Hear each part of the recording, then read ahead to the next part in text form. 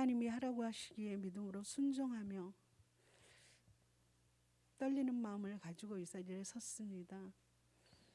하나님, 이 자리에서 하는 간증이 나를 자랑하는 것이 아니요 저희 가정에 흉도 되지 않게 하시고 오직 하나님의 영광만 드러낼 수 있는 귀한 간증이 될 수 있도록 하나님 인도하여 주옵소서. 특별히 이 시간 사랑하는 남편을 위해서 기도합니다.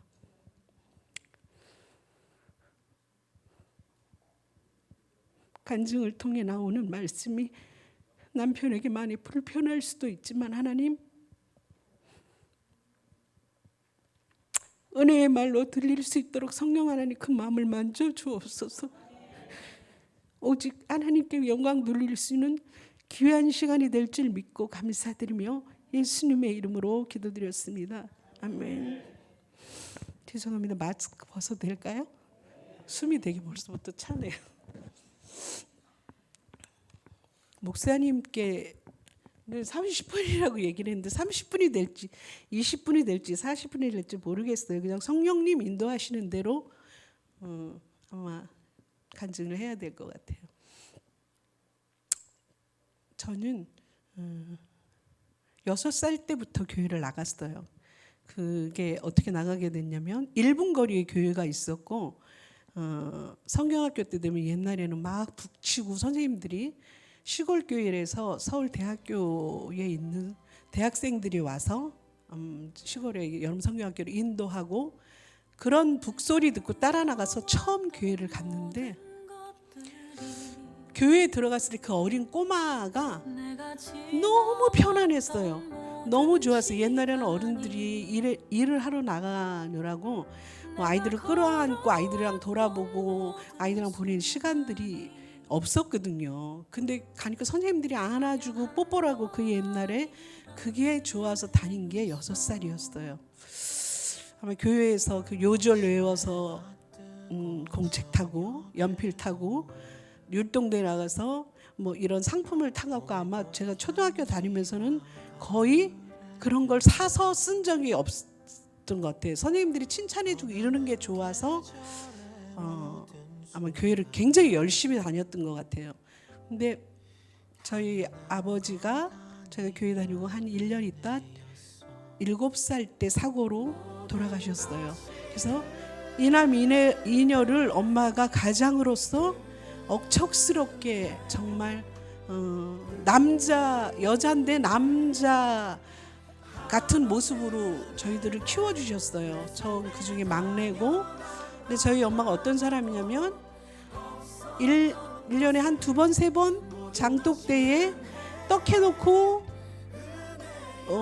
촛불 켜놓고 뭐라 그래 만신할머니 갖다 이렇게 막 빌고 하는 그런 분이었어요. 근데 그런 엄마가 싫어서 어린 꼬마인데도 한 3, 4일을 엄마 옆에 안 갔던 것 같아요.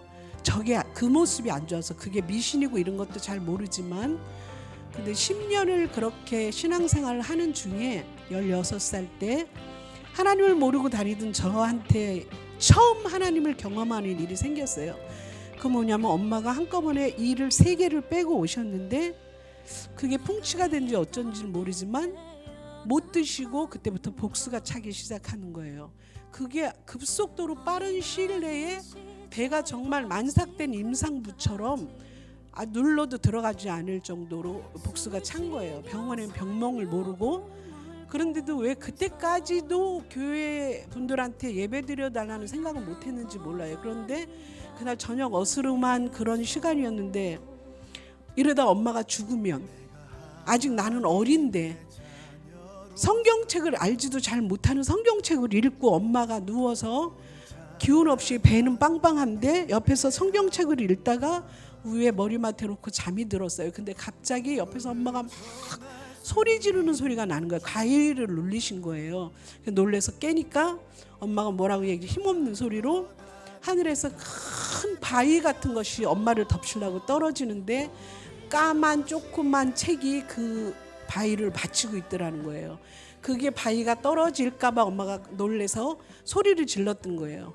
그리고 생각해보니까 제가 읽고 올려놓은 성경책에 그때 생각이 났어요. 동네 친구 엄마 권사님 집을 찾아가서 와서 예배 좀 드려주세요. 그래서 목사님하고 모시고 와서 한 3번 정도 예배 드렸어요. 놀라운 일은 2번째 드리고 나서 배가 꺼지기 시작했어요.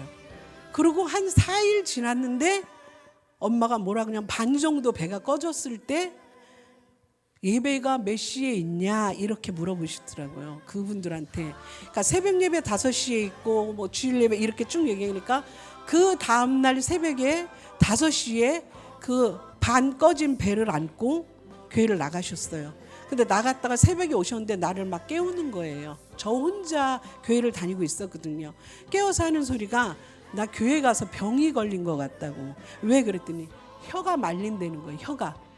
가서 소리 질러 기도하는데 그 제가 전도사님한테 들은 소리가 혀가 말리는, 저도 못 받은 방언을 엄마가 첫날 나가서 받으신 거예요.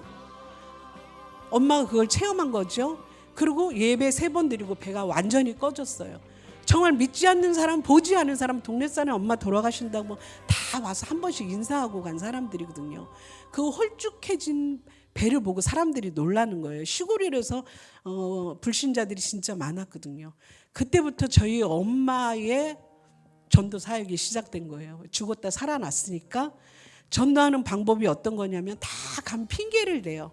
이래서 못 가고 저래서 못 가고 이제 예배 11시면 9시쯤 가서 그 집에 아기를 업고 빨래를 해주고 설거지를 해주고 이래서 할 말이 없게 해서 이제 교회를 데리고 나오고 이렇게 해서 엄마가 완전 전도왕이 됐어요. 최씨거든요. 최씨. 여자 최씨. 그 전도왕이 됐어요. 그래서 저가 생각하기에 나는 교회는 올해 10년을 다녔는데 나도 못 받은 방어를 엄마가 받고 나중된 자가 먼저 된 삶을 살고 있는 거예요. 그리고 시간이 너무 많이 가니까 빨리빨리 넘어가야 될 것 같네요. 그리고 나중에 저희 어머니가 나이 많이 드셔서 어떤 별명을 갖고 천국에 가셨냐면 풀 뽑는 권사님. 이제 나가서 막 돌아다니기 힘드니까 눈만 뜨면 교회를 가시는 거예요. 교회에 풀이 하나도 없어요. 진짜 땅이 맨질맨질할 정도로 앉아서 주저앉아서 털썩 앉아서 풀을 뽑는 거예요. 그 좋은 별명, 귀한 별명을 가지시고 천국에 가셨어요. 그런데 저는 신앙이 교회는 다녔지만 돌아보면 그닥 신앙이 없었던 것 같아요. 왜냐하면 결혼에 대해서 배우자에 대해서 기도한 적이 한 번도 없었던 것 같아요. 그 22살 때 제가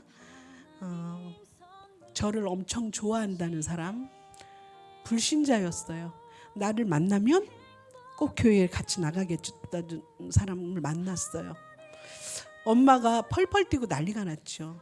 내가 너를 전도사한테 아니면 목사님한테 시집 보내려고 기도하고 있는데 말이 안 된다고. 엄마가 딸을 너무 과대평가했던 것 같아요. 근데도 이 사람 아니면 안 된다고, 나이 아니면 죽겠다는 사람 결혼해야겠다고 결혼했어요. 왜냐하면 그 나이대에 좀 뭐라 그럴까, 내가 그런 것도 봤던 것 같아요. 젊은 나이에 30대 안쪽인데 큰 레스토랑을 하고 제가 결혼해서 사모님 소리를 듣고 교회는 무조건 나갔죠. 교회는. 그리고 약속했으니까 따라서 그 사람도 나오게 됐고, 그래서 한 몇 년은 그래도 행복하게 살았던 것 같아요. 주일은 지키니까 제가 생각할 때. 근데 어느 순간 어떤 일이 벌어졌냐면 예배 시간에 교회에서 제가 하는 일들이 이렇게 많다 보니까 이 사람이 혼자 교회에 와 있어도 외톨이 된 느낌? 그러면서 집에 가서 잠깐 그 안수 집사님이랑 친해? 이런 식으로 물어보는 거예요. 저한테. 아까 뭐라고 얘기하던데 웃으면서 인사를 못해요. 목사님, 부목사님 만나면 어디서 만나기로 했냐고 그러고 이렇게 물어보는 거예요. 이상한 증상들이 보이기 시작하면서 제가 그 어머니를 찾아갔어요. 이 사람이 이런 일인데, 그런데 충격적인 얘기를 제가 들은 거예요. 그 어머니랑 아버지 나이 차이가 많이 나면서 엄청난 구타를 하고 심한 의처증으로 밖에를 못 나가게 하는 거, 그거를 자식이 보고 자란 거예요. 자기는 안 그러겠다고 어렸을 때 약속했다고 했는데 자기도 모르게 그게 결혼해서 아내를 꼭 뺏길 것 같다고 얘기를 하는 거예요. 누가 데리고 갈 것 같다는 생각을 하고 자꾸 나쁜 생각을 심어준대요. 근데 제가 이 사람이 이상한 증상이 나타나면서 그 교회를 7년을 다녔어요. 사람을 생각하면 다닐 수가 없었죠. 왜냐하면 예배 시간에도 중간에도 이상한 생각이 들어오면 성경책을 땅에다 막 예배 중간에 집어 던지고 하니까 어떤 사단이 주는 생각이 그게 현실이라고 생각하니까 이 사람의 행동은 정상이지 않았어요. 근데도 제가 그 교회를 7년을 사람의 그 눈을 의식하지 않고 그렇게 다닐 수 있던 이유는 그 교회에 성전 건축을 할 때 장갑이 다 뚫어지도록 벽돌을 2층, 3층 날리면서 건축한 그 교회고, 저에 대해서 너무 잘 아니까 새벽마다 같이 울어준 목사님, 교회 식구들, 아무리 잘 살았으면 뭐래요. 불안해서 나가지 못하고 저도 못 나가게 하고 하니까 생활이, 그 잘 살았던 생활이 몇 년 만에 그지가 따로 없어요. 근데 목사님이 집에 찾아오시면 기도해 주시고 가고 나면 방석 밑에 그 옛날에 30년 전에 10만 원은 엄청 큰 돈이었는데 집사님 힘내세요 그러고 방석에다 놓고 오실 때마다 가셨어요. 그 목사님을 생각하면 내가 이 교회를 떠나면 안 될 것 같아.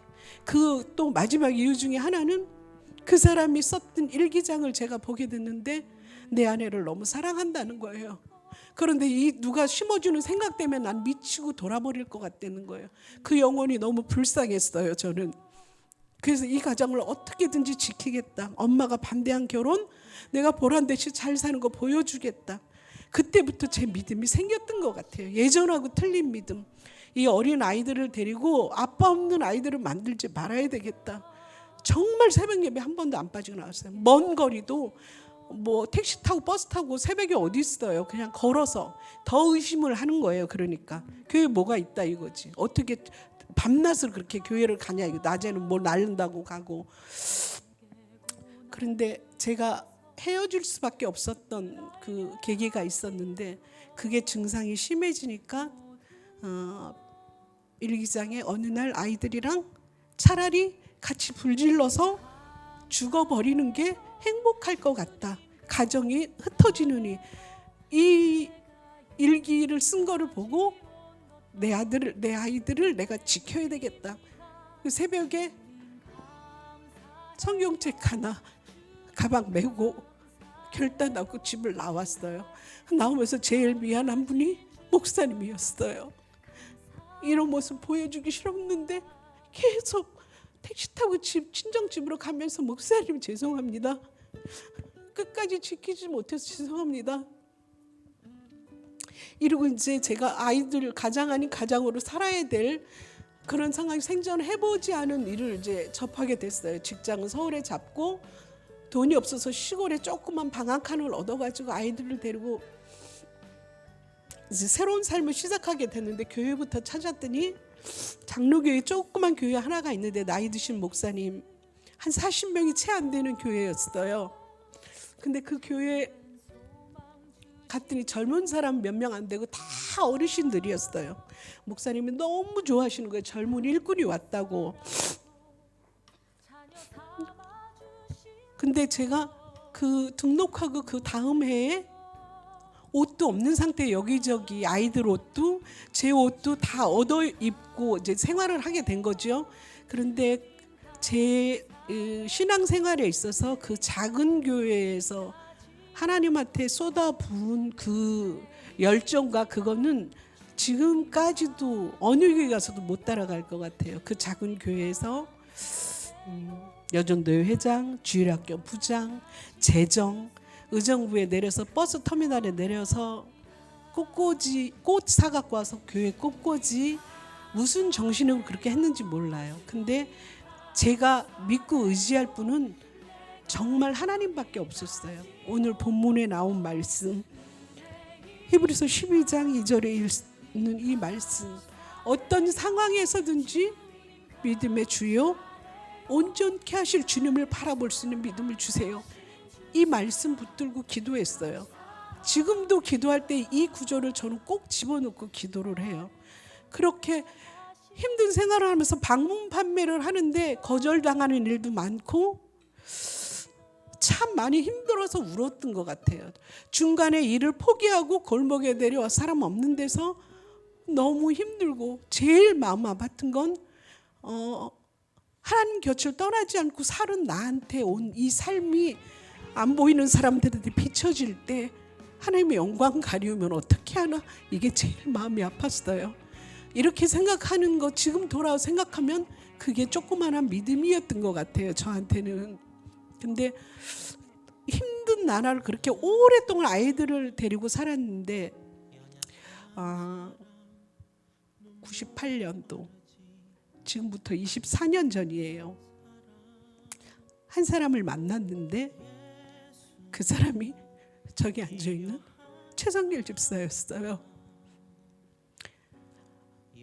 사람이 생각할 때는 뭐 그렇게 생각할 수도 있지만 뭐 우연으로, 근데 제가 시간이 지나면서 기도하면서 느낀 건 그 힘든 상황 속에서도 하나님 원망하지 않고 하나님 곁 떠나지 않고 믿음을 지키고 살려고 애쓰고 노력한 거에 대한 보상이었던 거예요. 저희 남편이 얼마나 멋있는 사람이냐면요, 저 따라서 교회 나온다 그럴 때 그 수십 년간 피웠던 담배를 자기 손으로 부러뜨려서 쓰레기통에 버린 사람이에요. 하면 한다는 그런 결단력이 있는 사람이죠. 이 사람이 믿는다 그러면 믿겠다, 이런 신뢰가 왔어요. 남자에 대한 불신이 있었잖아요. 지금 제가 그렇게 좋아했던 사람한테 믿을 수가 없던 사람, 그런 마음을 저희 남편이 이렇게 바꿔준 거예요. 아마 신랑 자랑하면 바보라고 할 텐데, 사람들이, 제 주위에 있는 사람들이 남편한테 어떻게 그렇게 잘하냐고 물어봐요. 그러면 저는 제 남편이 저한테 하는 거는 그거에 비하면 저는 아무것도 아니에요. 저희 신랑이 하는 거는 제가 각오를 할 정도예요. 그러니까 남편 자랑을 하고 아내 자랑을 하면 바보라고 하지만, 저희 신랑이 어떤 사람이냐면 제가 이렇게 뚱뚱한데도 밥보다 과일을 좋아해요. 그게 떨어지면 떨어지기 전에 채워넣는 사람이에요. 허리 아프다고 청소는 자기 손으로, 청소기는 지금 이날 이때까지 돌리는 사람이에요. 밥상을 차려주면 나처럼 세상에 행복한 사람이 있을까? 이 나이에 이런 밥상을 받으면서 사는 사람이 있을까? 이렇게 칭찬해 주는 사람이에요. 근데 이 말에는 좀 야유가 나올 수도 있는데, 야유로 하셔도 제가 감사로 받겠습니다.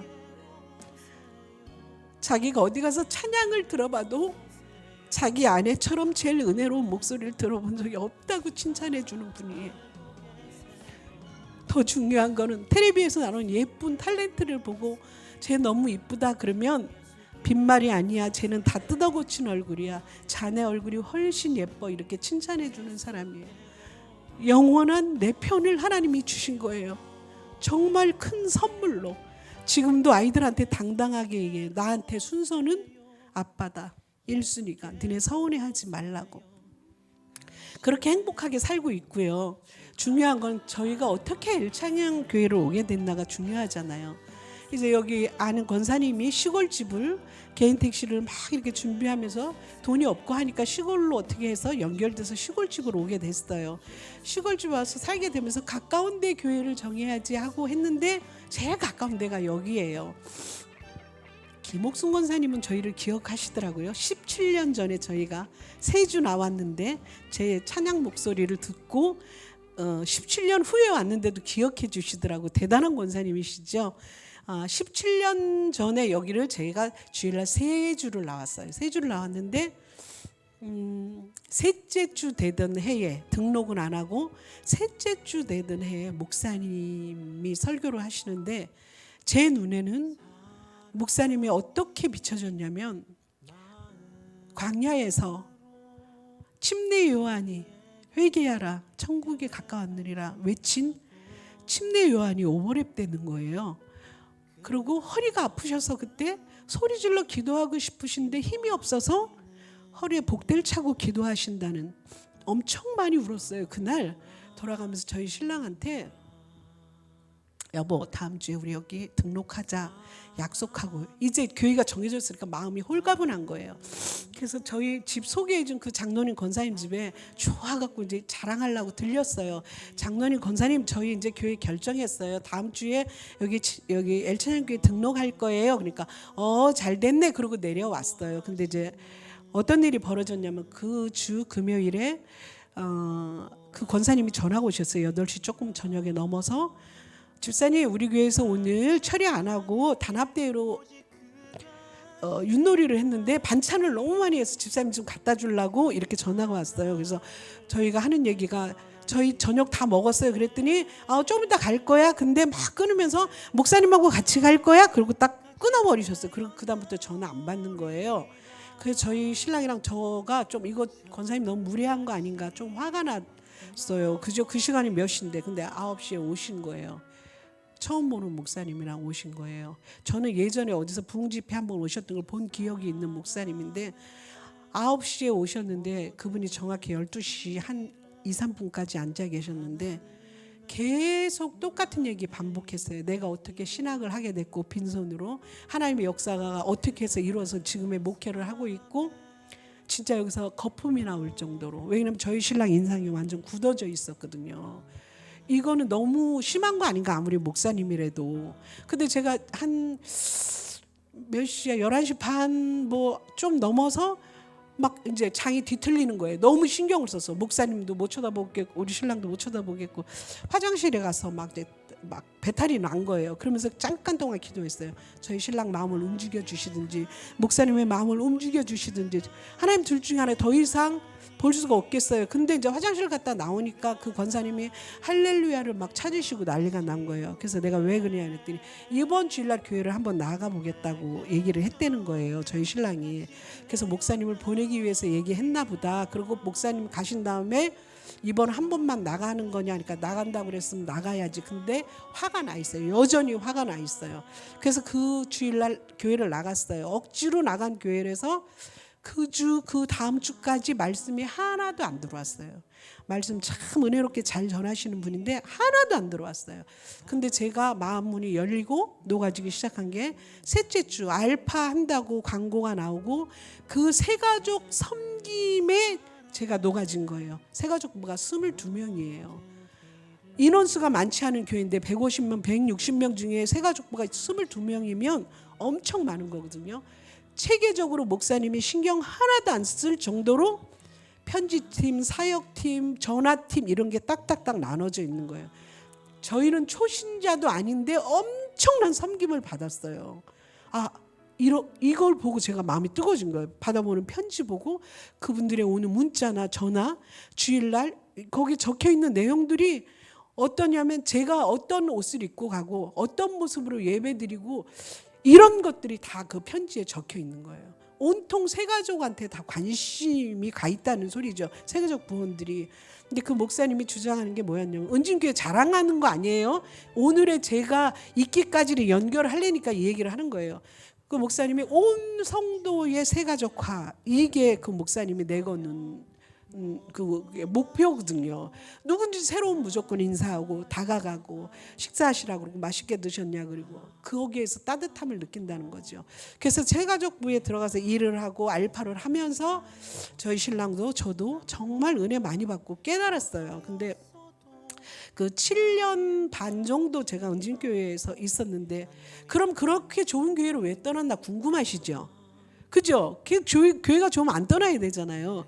근데 그게 제가 차가 있을 때는 문제가 없었어요. 5년 정도 있다가 차를 폐차시켰는데 폐차시키고 나서 차를 다시 살 수 있는 형편은 안 됐는데 그 2번씩 갈아타고 차를 놓치면 시간이 1시간 반도 걸리고 막 이런 거리예요. 근데 저한테 어떠냐면 밤에 늦게 퇴근하는 동대문 뭐 이런 데서 일하시는 늦게 퇴근하시는 분들의 목장, 그러니까 거기서는 셀이라고 했지만 그 목장을 저한테 맡겨주신 거예요. 그분들이 교회 도착하면 9시예요. 9시. 그럼 9시면 제가 먹을 거를 준비해 그분들이 바로 오셨으니까 그럼 먹으면 20-30분이 지나가는 거예요. 그럼 11시 10분까지 의정부 시내를 나와야 제가 차를 타요. 여기 들어오는 차를. 그거 놓치면 12시 40분 차인 거예요. 근데 차 없이 1년을 해봤는데 다른 때는 괜찮은데 겨울에 이 차를 놓치기가 일수인 거예요. 왜냐하면 이분들이 초신자도 있고 이제 막 이거에 대해 궁금증을 많이 가진 분들 나누다 보면 그분들 얘기를 들어주고 같이 기도하다 보면 시간이 후딱 지나가는 거예요. 그래서 차를 놓치고 겨울 됐는데 동상이 제가 한번 걸린 적이 있어요. 처음 버스 정류장에 앉아서 펑펑 울었어요. 엘천연교회가 생각이 났어요. 거기서 하나님 교회는 똑같은데 가까운 교회로 가면 걸어서 다닐 수도 있고 한데 하나님 이해해 주시지 않을까? 목사님, 사모님, 교회 식구들 하면 떠날 수는 없지만 그래서 그 해의 마지막에 목사님한테 정중하게 인사를 하면서 제가 차 때문에 불편해서 목사님 더 이상 여기서 좀 신앙생활하기 힘들 것 같아요. 근데 목사님이 찾아오셔서 우셨어요. 저희 집에서. 그 눈물에 제가 다시 1년을 주저앉았어요. 근데 계속 이 교회를 다니겠다는 마음은 떠났어요. 목사님의 눈물 때문에 거절할 수 없어 다시 다녔는데 그 목사님 하시는 말씀이 집사님 차 없고 힘들면 주인 난 예배만이라도 지켜. 저는 그렇게는 할 수 없거든요. 왜냐하면 하나님의 일을 해야지 제가 사는 느낌이 있어요.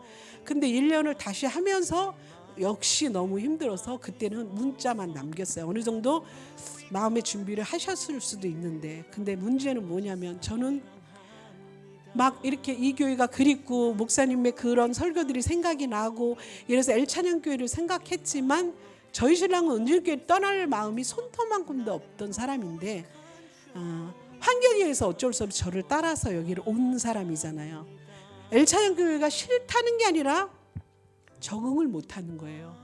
왜냐하면 은진교회의 그 사랑이 너무 그리워서 제가 그걸 알아요. 그걸 알기 때문에 남편을 미워할 수가 없었어요. 그게 1년에 한 번, 두 번, 많을 때는 뭐 3번도 있었어요. 어떤 조금 화나는 일이 있을 때만 은진교회로 간다는 거예요. 너무 힘들면 나 혼자 다니래요. 자기 혼자 은진교회를 간대요. 근데 이런 일이 번복이 되다가 수년가 그러다가 어떤 일이 있었냐면 제가 남으로서 남인데 세상에 태어나서 그렇게 사랑해 본 적이 없는 동생이 있어요. 근데 그 동생하고 어떤 오해가 생겼는지 뭐 때문에 그랬는지 아직까지는 모르지만 어떤 오해가 생겨서 둘 다 마음에 상처를 받았어요. 저희 신랑이랑. 그래서 그 주일 다음부터 안 나온다는 거예요. 저희 신랑이. 저도 못 왔어요. 여기 교회 못 나왔는데 마음은 미치겠는 거예요. 집에 있으면 돌을 것 같아요. 나가서 버스를 교회 반대편 가는 버스를 탔어요. 일로 오면 우리 교회 식구들 만날까 봐. 가다가 백석 어디 앞에서 내려서 작은 교회를 들어갔어요. 그날 들은 말씀 성경 규정도 생각 안 나요. 들어가면서 울었으니까. 그런데 어떤 말씀이었냐면 누구든 용서할 수 있는 사람을 용서하는 거는 누구나 할 수 있다. 누구든 사랑할 만한 사람, 사랑할 수 있는 사람을 사랑하는 거는 누구든지 할 수 있다. 그게 안 될 때, 가능하지 않을 때 하는 게 진짜 용서고 사랑이다. 그리고 수년이 흘렀어요. 근데 1년 반 정도 지났을 때 참 하나님이 이게 하나님의 뜻인 것 같아요. 침묵하게 하시고 기도하게 하시고 나를 돌아보게 하시고 이런 일로 걔가 오해할 수도 있겠구나. 이게 서운할 수도 있겠구나. 이런 생각이 들더라고요. 근데 제가 제일 미안한 건 우리 강성영 원사님, 이인미 집사님. 너무 제가 많이 마음을 아프게 하고 힘들게 했어요. 투정을 부릴 데가 없었거든요.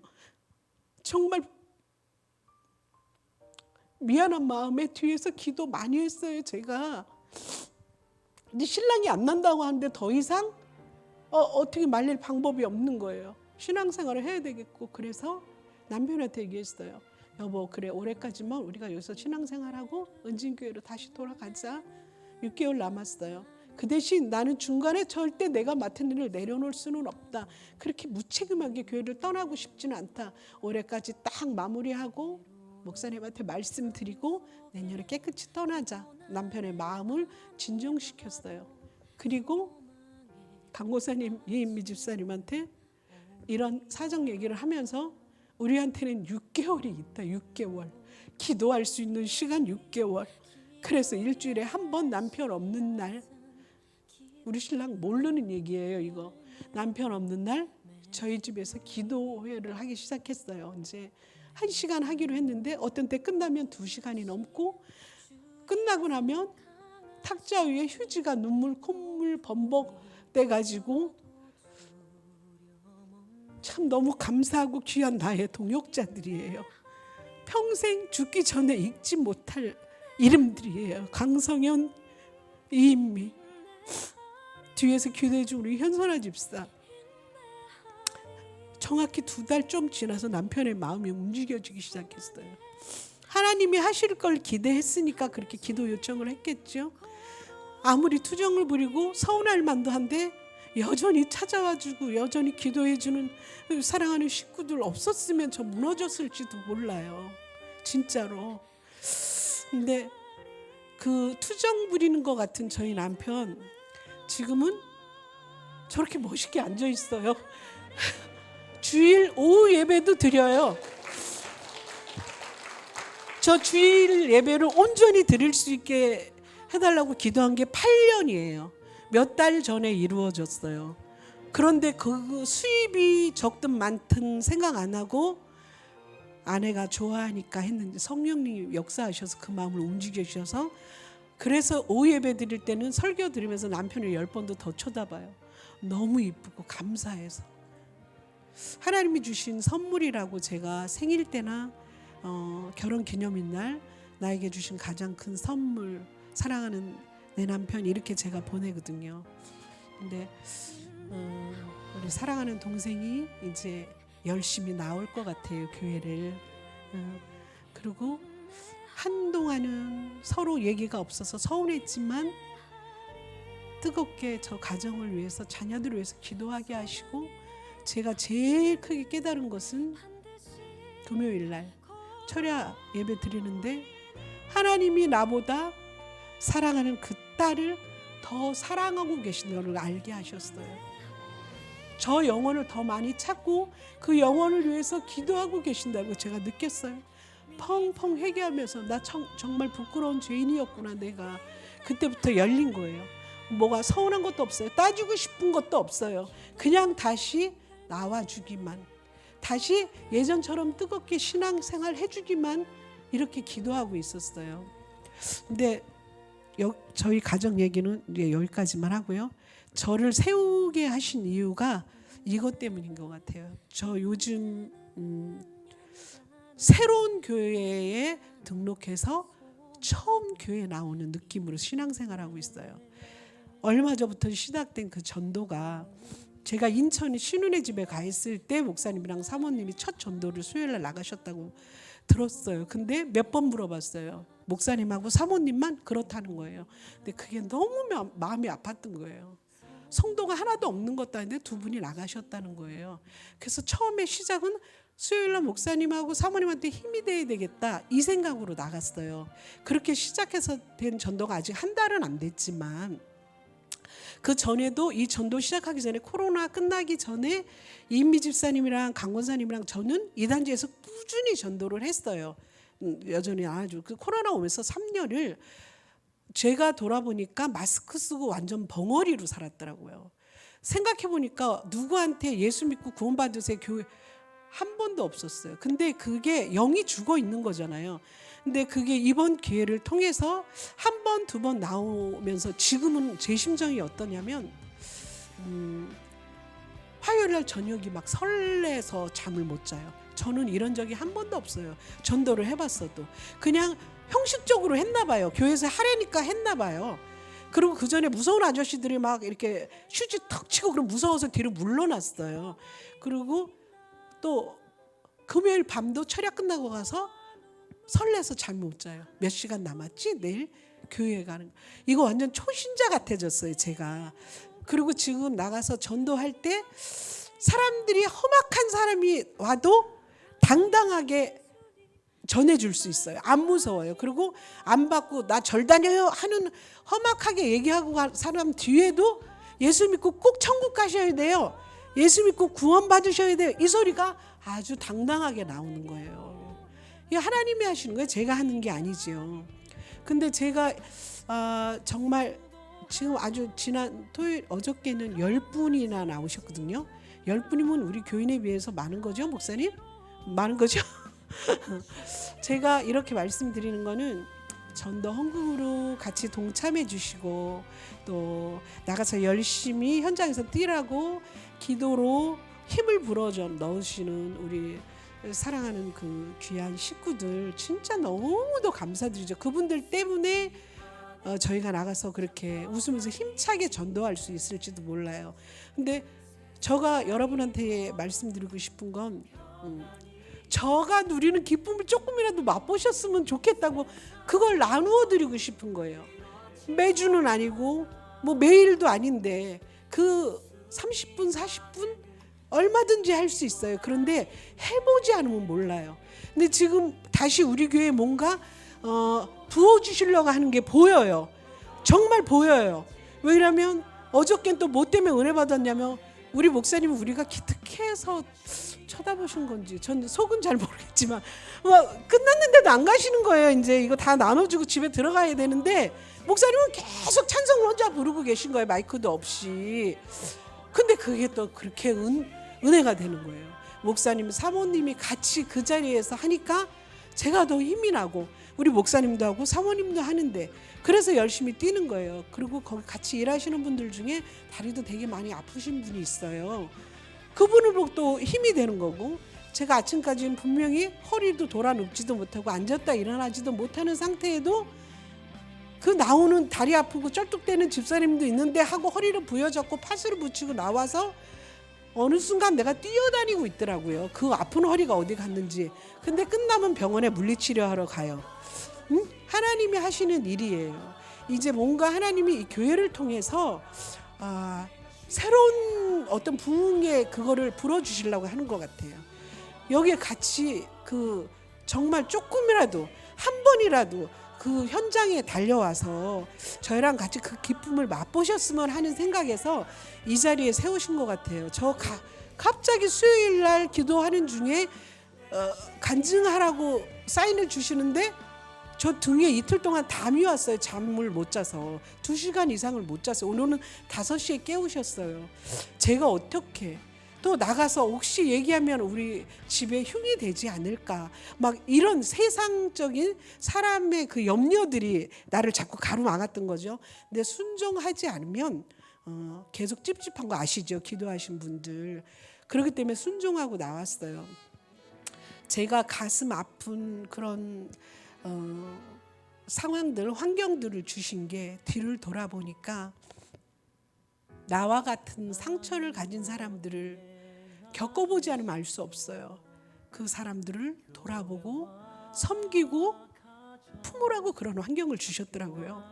그리고 저한테 되게 물질적으로 어려운 그 시간들을 주신 것도 나보다 어려운 사람들, 우리가 케어하고 돌아봐야 될 사람들을 섬기고 그들한테 뭔가 헌신을 하라고 그런 환경을 주셨던 것 같아요.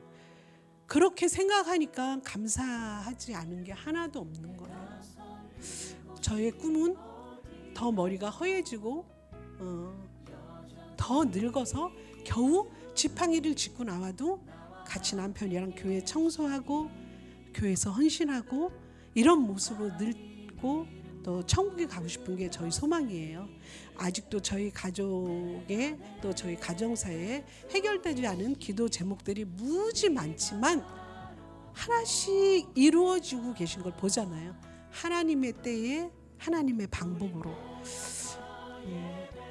사랑하는 남편한테 늘 말은 많이 하지만 이 자리를 빌어서 너무 고맙고 감사하고 정말 사랑한다고 얘기하고 싶어요. 내게 늘 힘을 불어주는 남편이에요. 제가 밥티스트 1년 동안 봉사했잖아요. 저는 남편 밥상 차려주는 게 제일 행복한 사람이거든요. 맛있게 먹어주는 거 보면 안 먹어도 배부를 정도로. 저희 남편 1년 동안 혼자 밥 차려 먹고 출근했어요. 그거에 대해 저한테 불평 한 번 한 적이 없어요. 너무 멋있어요. 살수록 그때랑 지금랑 변함이 없는 게 아니라 나이가 먹으면 먹을수록 더 내 눈엔 멋진 사람이에요. 신앙으로 성숙해지는 게 보이거든요. 여러분들 저희 가정을 위해서 기도해 주시고 전도의 현장에서 여러분들의 얼굴을 배웠으면 좋겠습니다.